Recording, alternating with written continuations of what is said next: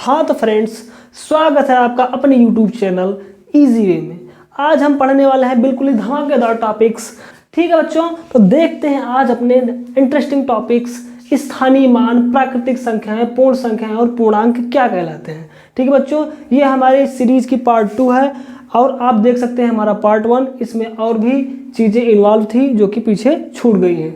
ठीक है बच्चों, अब हम शुरू करते हैं, देखते हैं क्या है हमारा स्थानीय मान क्या होता है। किसी संख्या में प्रत्येक स्थान के संगत अंक के मान को उस अंक का स्थानीय मान कहा जाता है। तो हाँ तो बच्चों, यदि आपको परिभाषा याद करनी हो तो ठीक है, नहीं वैसे परिभाषा कोई याद करता नहीं है।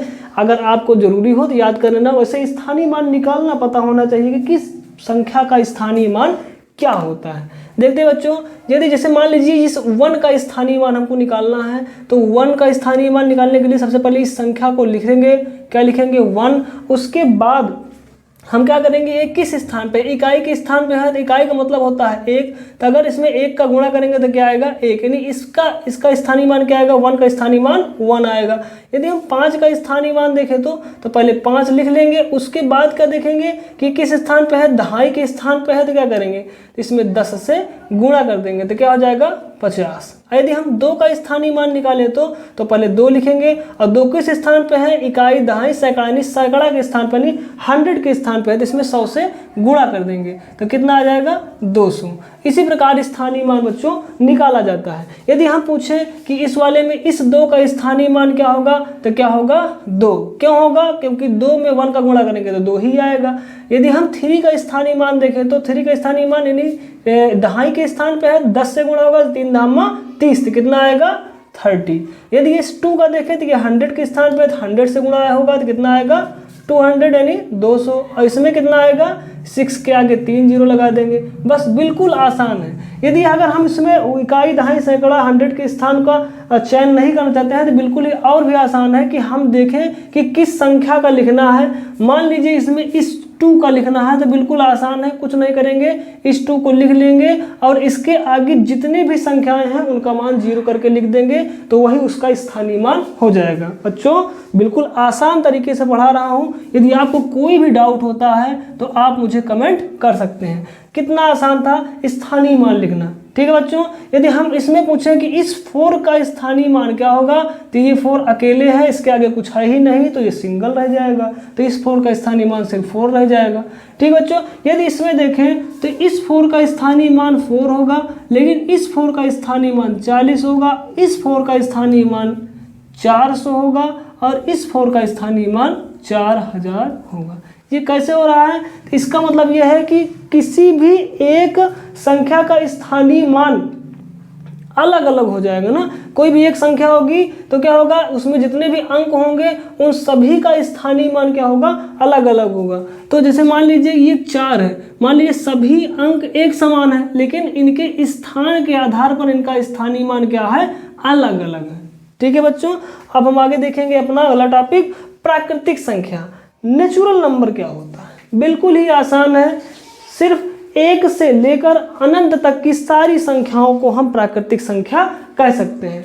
इस प्रकार हमने लिख रखा है कि 1 से लेकर अनंत तक की सारी संख्याओं को प्राकृतिक संख्या कहते हैं। मतलब 1 से शुरू करेंगे और आगे बढ़ते जाएंगे, चाहे जितनी बड़ी संख्या को हम बोलेंगे, बस कंडीशन ये है कि ये धनात्मक संख्या होनी चाहिए, तो ये हमारी क्या कहलाएंगी? प्राकृतिक संख्या। ठीक है बच्चों, चाहे हम 1 कहें, चाहे 1 लाख कहें, चाहे 10 लाख कहें, सारी हमारी कहलाएंगी प्राकृतिक संख्या। फिर हम देखेंगे कि एक सबसे छोटी प्राकृतिक संख्या होती है, 1 से छोटी प्राकृतिक संख्या संभव नहीं है। फिर हम देखेंगे कि कोई भी प्राकृतिक संख्या सबसे बड़ी नहीं होती है। कोई भी प्राकृतिक संख्या हम बोलेंगे 10 लाख, 50 लाख, 1 करोड़, कुछ भी बोलेंगे तो वो सबसे बड़ी प्राकृतिक संख्या नहीं होगी, क्योंकि उससे भी बड़ी संख्याएं लिखी जा सकती हैं। ठीक है बच्चों, अब हम देखेंगे कि पूर्ण संख्या क्या होता है। देखेंगे पूर्ण संख्या क्या होता है, तो शून्य को लेकर सभी प्राकृतिक संख्याएं हमारी क्या कहलाती हैं? पूर्ण संख्याएं कहलाती हैं ना। कि जो प्राकृतिक संख्या है वही पूर्ण संख्या है, सिर्फ उसमें 0 और ऐड हो जाता है बस।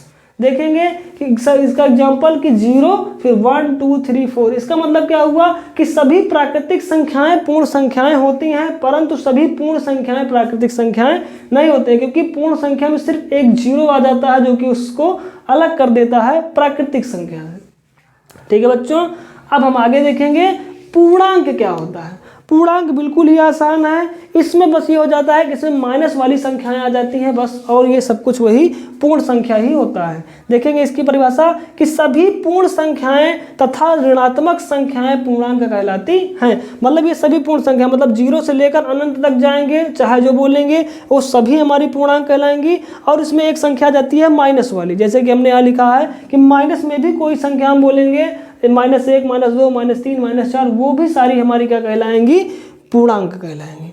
इसको हम चाहे तो आई से लिख सकते हैं, अगर इसको शॉर्टकट में हम कहें तो -इनफाइनाइट, 0 और +इनफाइनाइट की सारी संख्याएं हमारी क्या कहलाती हैं, पूर्णांक कहलाती हैं। अगर इसको लिखना हो तो माइनस में कोई भी संख्या लिखेंगे और प्लस में कोई भी संख्या लिखेंगे, बस 0 के ध्यान रखेंगे, ये 0 ही फंसा लेता है, 0 ही हमको भूल जाता है, और अक्सर 0 ही पूछा जाता है कि 0 क्या है, हमारा पूर्णांक संख्या है या नहीं है, तो हम इसी में कंफ्यूज हो जाते हैं। तो इस बात का बिल्कुल गौर रखना है कि अच्छे से समझ के रखना है कि 0 जो है पूर्ण संख्या होता है, पूर्णांक भी होता है। ठीक है बच्चों, अब हम आगे देखेंगे, शून्य ना तो धन पूर्णांक है और ना ही ऋण पूर्णांक है। मतलब ये जो शून्य होता है हम इसको धन पूर्णांक भी नहीं कहेंगे, मतलब कि देखो कि जो पूर्णांक होता है या तो धनात्मक होगा या तो ऋणात्मक होगा, लेकिन इसमें एक शून्य ऐसा आता है जो कि ना तो धनात्मक ही होता है और ना ही ऋणात्मक होता है। ठीक है बच्चों, अब इसी के साथ आज का ये टॉपिक सब खत्म होता है। अब हम अपने अगले टॉपिक में पढ़ेंगे परिमेय संख्याएं क्या होती हैं, अपरिमेय संख्याएं क्या होती हैं, वास्तविक संख्याएं क्या होती हैं। यदि आपको हमारी इस वीडियो में मज़ा आया हो, आपको अच्छा लगा हो, बिल्कुल धमाकेदार पढ़ाई हुई हो, तो आप हमारे चैनल को सब्सक्राइब कीजिए, फिर हम आपको आगे आने वाले टॉपिक्स की जानकारी देते रहेंगे और बिल्कुल ही मज़ा आता रहेगा। यदि आपको कुछ भी कन्फ्यूजन होती है तो आप हमको कमेंट कर सकते हैं।